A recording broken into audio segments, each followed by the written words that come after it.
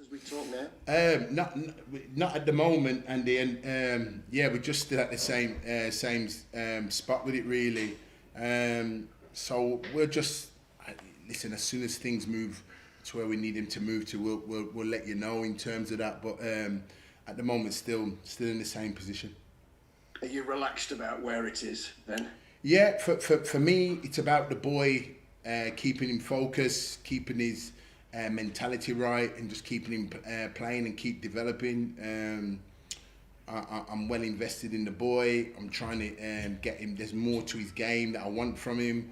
There's more to his game that we need him to do, that we're working on, and we're consistently working on that, really. So, yeah, and we'll see. Hopefully, both sides of it will come together and we'll get it done.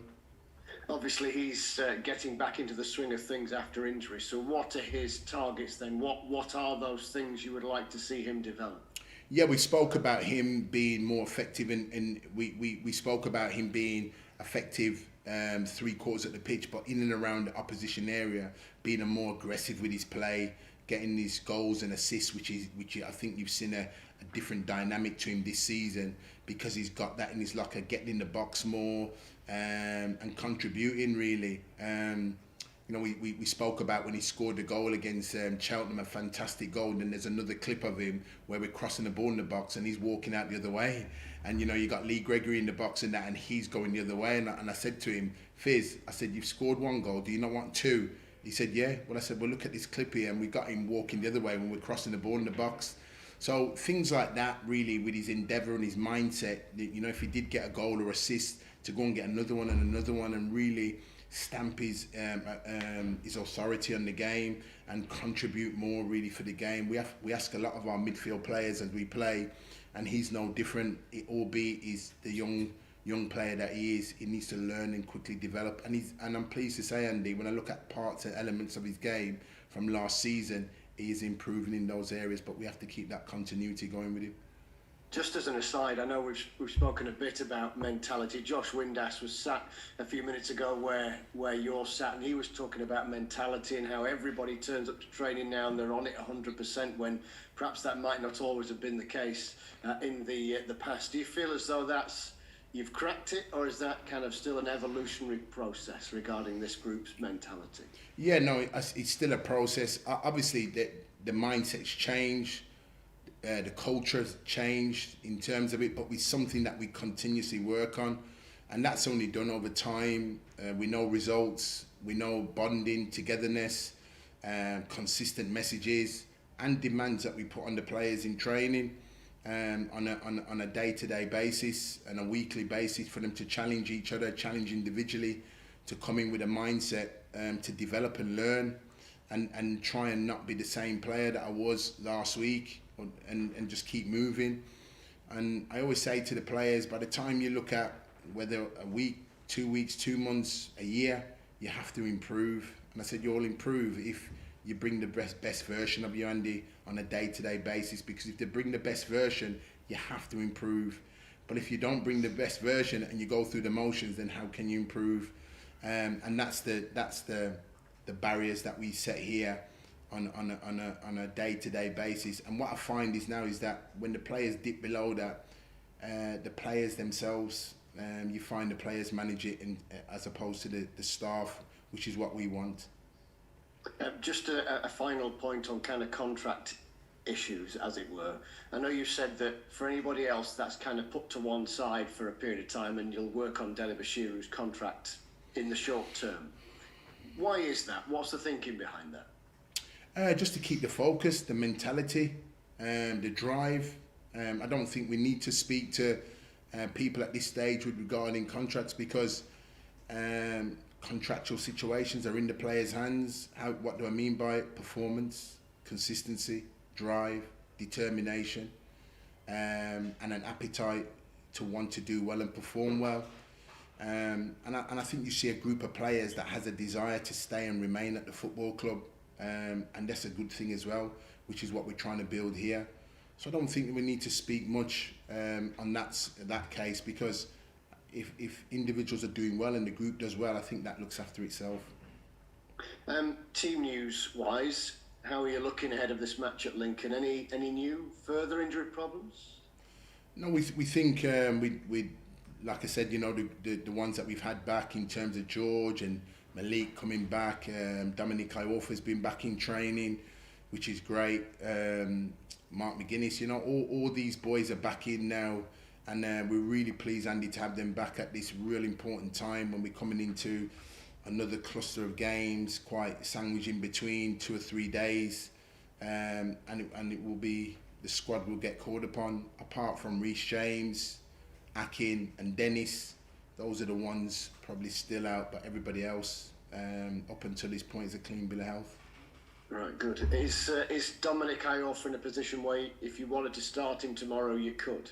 Yeah, we feel that. Yes, yeah. He's as I said, his injury that he took was just a hyperextension of his knee. Really, it was nothing really, right. Just making a sliding tackle.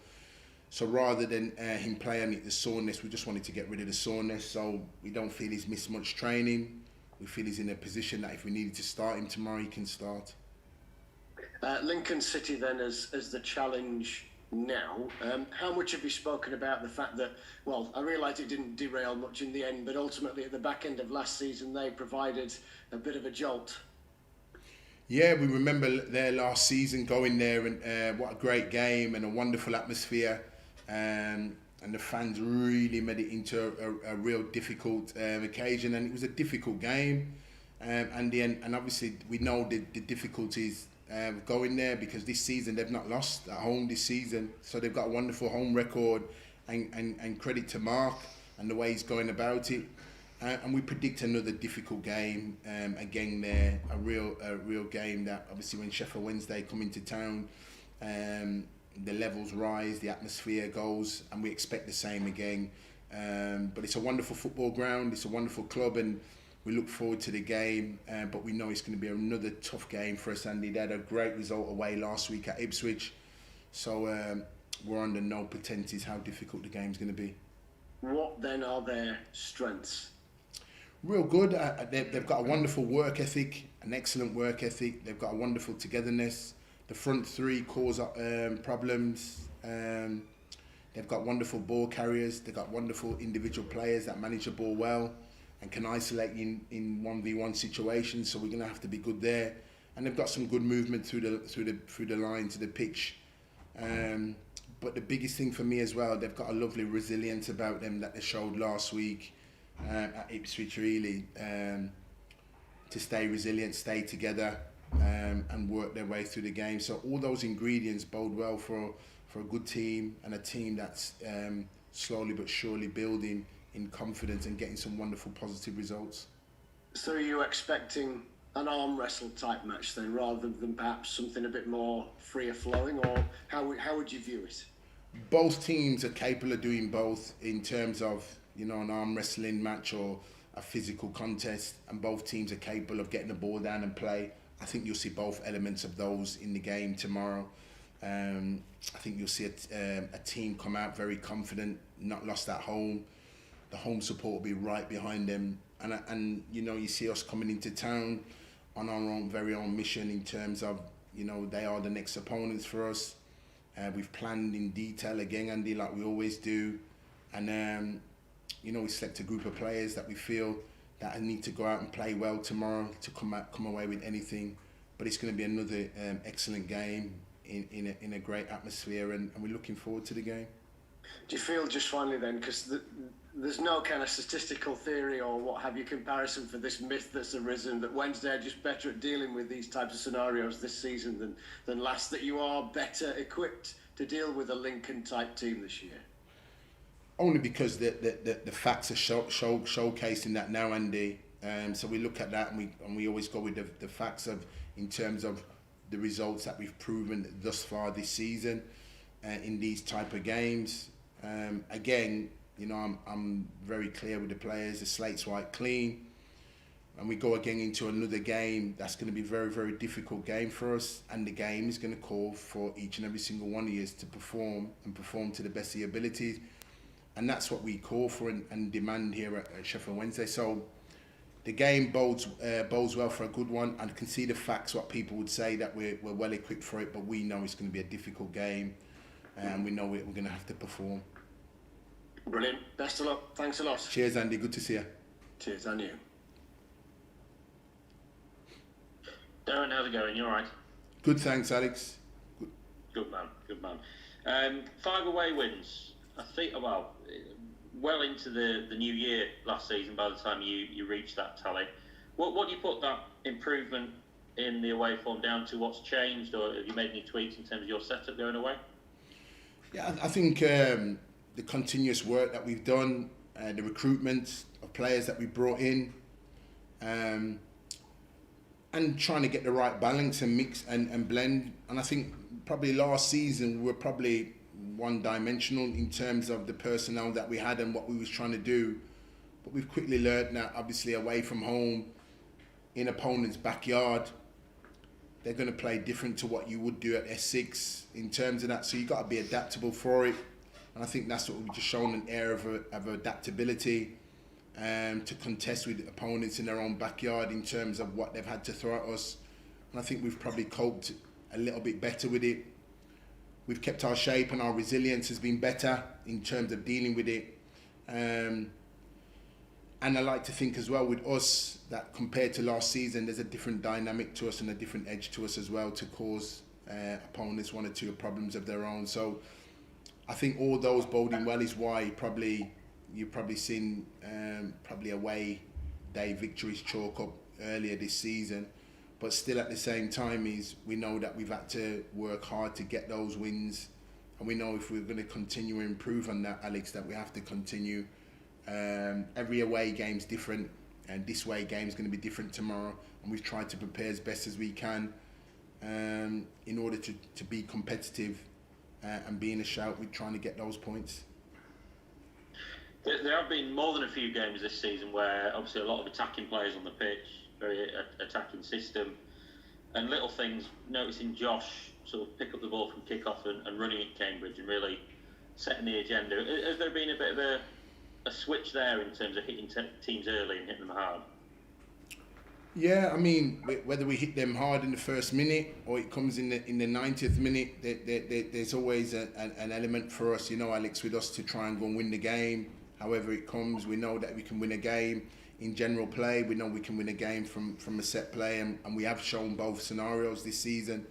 As I said, we continuously work, Alex, on different elements of our game, and there's never a moment I can say to you that I come in here and feel, yep, I'm happy with that part. The bits that we've shown strengths and improvements to our game this season, we're continuing to do it. And we're not happy in terms of where we're at. We're not happy in terms of where we're at as a group, as a squad, as individuals, because we know that there's more improvements to come from us. And we just want to continuously try and be the best version of ourselves. And we feel the only time we can be the best version of ourselves is continuously performing, training as best as we can, and the group challenging one another, because as you know with the players, they all want to play, and they're ultra competitive. So and long may that continue. Has George Barnes had the necessary volume to be ready to start a game? Yeah, we feel he had the week leading up to the Cambridge, had half an hour. He's had another week this week again. So he's back in contention again, Alex. So he's in the fray now. He's in the mix really, and we're really pleased that we've got him back, because as you know with the games we've got Saturday, Wednesday, Saturday coming up. So to have George back in and around it, then we're really pleased. It's nearly a kick-off on Saturday. What impact, if any, does that have? Does it have an impact on the atmosphere, do you think? Is that couple of hours earlier, maybe a couple of hours less in the pub for some of the spectators? Yeah, obviously for the spectators. For us, when we're having pre-match meal and they put chicken on the menu, to eat chicken at 10 o'clock in the morning is not ideal for me, Alex. So that's probably one big thing what's changed. I'd rather eat chicken at 12, 1 o'clock in the afternoon for a 3 o'clock kickoff than 10 a.m. in the morning. It seems to go down better in the afternoon than it does in the morning. So that's a big thing for the pre-match. The pre-match does definitely change in the morning for the players. And yeah, the times where you get up in the morning and you have that couple of hours, 2 or 3 hours to sort of get into it, you're sort of up and at it really. So that's different in that sense really. But I suppose once you land at the ground and you get into the atmosphere and that, all that's forgotten, and you end up finishing the game and you look at the time and it's just after 3 o'clock and everybody else is just kicking off and you'll finish yours, and that's when you notice that it's a real early kick-off. But apart from that, you just go into autopilot mode really once you get on the team bus and you head down to the stadium, and then you're ready to go to work. Chicken for breakfast sounds all right to me. I might give that a go. Mark Kennedy, obviously your opposite man tomorrow. Sort of look back at playing careers. I think his time at Wolves sort of mirrored your time at West Brom. Are you renewing old rivalries tomorrow? Yeah, I remember Mark at the Wolves, and what a great, good player, lovely left foot on him, smooth with his approach with the game, real lovely technician, and a good player, and had a wonderful career. And it's great, such as myself, to see him go into management, and he's making a good fist of it and doing really, really well. He's changed the dynamics at Lincoln. He's got a real togetherness and a real spirit at the club, which is great to see. And somebody that's adapting and learning life in terms of football management very, very quickly, and getting some wonderful results. Absolutely tactically spot on to go down to Ipswich and get that result, because we know it's a place down there that not many will go and get results. So it shows his adaptability, his depth and knowledge of the game, his depth and knowledge of opponents and teams. And he's bringing that to Lincoln, which is great to see. So I look forward to seeing him tomorrow. And as I said, both our teams lock head to head tomorrow, and I'm sure it'll be another good game. Do you remember any of the matches perhaps against, so I don't know if the two teams were in the same division or anything, do you remember specifically, any of the battles that you had as players together? Yeah, I think we had maybe 1 or 2 local derbies when I was at West Brom and he was at Wolves. Not sure if he was in the year when obviously we picked him and went up the year. Not sure if he was in that Wolves team then, but I remember him then, and obviously I was over the road at West Brom, so we were at 2 Midlands clubs, 2 rivals, and but we didn't really cross paths that much really in terms of it. But obviously we'd have both known each other as players over the careers that we've had. Are you expecting a rear guard from Lincoln tomorrow, or as the home team, do you expect them to sort of step out and play? Yeah, no, come. Yeah, they're at home. They'll be buoyant. They'll be confident. After the result last week, we expect no different. We expect them to come at us, and they're the home team in front of their home fans. They've got a wonderful home record at the moment. They've not lost at home, so they're very proud of their home record, and we know the difficulties of that. So we're predicting a tough game and a team that's gonna come at us and want to continue the form that they're showing. Excellent. Cheers, Darren. I'll catch you tomorrow. Cheers, Alex. Thank you. Hi, Darren. How you doing? All right, Dom. Good, thanks. Just wanted to check on Fizz. Is he actually fit for tomorrow? Yeah, he's fit. Yeah. He had a knock in the week, but he seems to have shaken that off, and he's been back training. So pleased to have him back in and around it as well. And with Dennis, has he done some light training this week? We've seen him back out on the grass. Yeah, he's back out running. He's just doing a lot of straight line running, just getting used to his body, just getting putting the load in through his body. So he's not working with the ball, but he's certainly back out with the sports science and the physios, doing some running. And I would imagine that over the next week or two, they'll introduce the ball back to him, and I'm pleased to see him making his way back. You've played 7 teams in the bottom half so far this season, and you've won all 7. Why do you think you've been so good against those teams? As mentioned before, I think it's just been preparing for them as we normally do, but also I think the recruitment in terms of what we brought in the summer has probably allowed us to be more equipped to deal with those teams. I think we've set our own speed and tempo to the game. I think we've played at our own individual tempo and set patterns and play and just gone about them, and there's been a real thirst and hunger with the players, and an understanding that, you know, the combinations that we've tried to work against these lower teams and we're pleased to see them come off, and we've scored the important goals and got the results against them.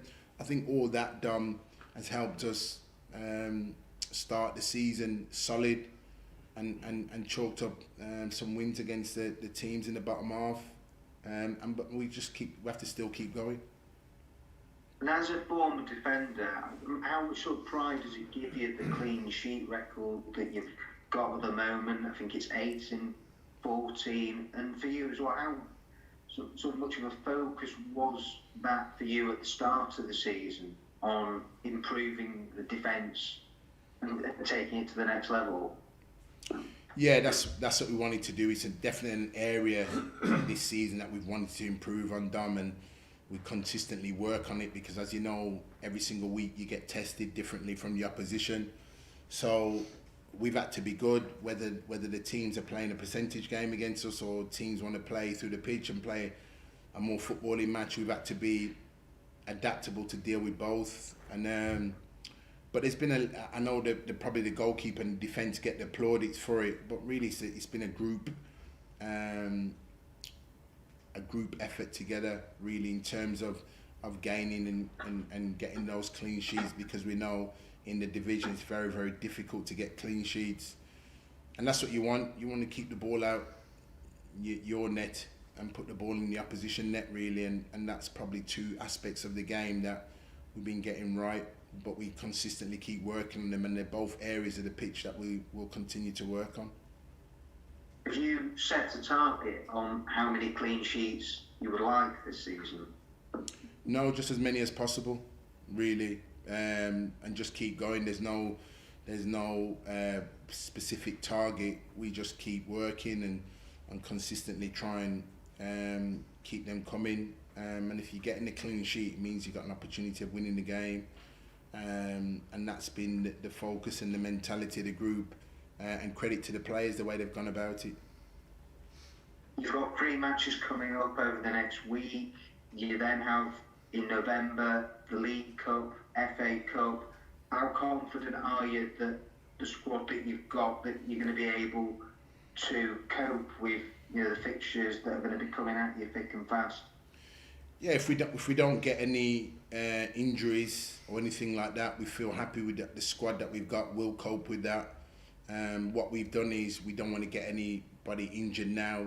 The 3 noticeable players that we've got injured at the moment is Akin, Dennis and Reece, and hopefully over the next few weeks we'll see hopefully Reece add back to those numbers without losing anybody, and if we can do that, then yeah, we should be able to handle those fixtures with the rotation of players and the squad to see through that, really. So we'll see over the next few weeks.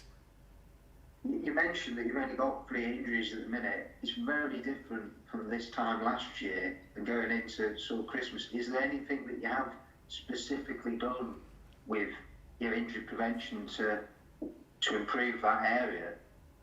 Yeah, we worked a lot on. There's a lot of stuff we do in the gym now. You know, we spoke about all the proprioception work, and we spoke about all the testing we done last season with the group and identifying it. And though we did a lot of testing with them, we have been working with players on specific strengthening programs, and we continuously do that now. The players have got that, and we know that even though they've got the programs, that doesn't stop them from getting injured, because it's a contact sport, as you know. But we are trying to do as much as we possibly can. The players do extra yoga lessons and classes every single week for the stretching, the protocol, strengthening work. We do a lot of accels and decels work to work the plyometrics of the hamstrings, and there's a lot of things we're doing in training on a continuous basis But hopefully we're seeing the fruits of that labour in the terms of the work, what we've been doing and the continuous work that we do, because even when we did start it and we were still getting these injuries, it takes time to implement it in the squad. And hopefully over the course, we've seen those parts to the team and the robustness to the team to deal with the demands of the league at this stage. Start to see the fruits of the labour really, because this time last year, you know, we had a tremendous injury list at this time where we was trying to work and chop and change players around. So, and that's what's helped as well with the results as well. I think there's been a more continuity with the team, and that's what you want really. So long may that continue, Dom. That's great. All the best for tomorrow, Darren. Cheers, Dom. We'll see you there.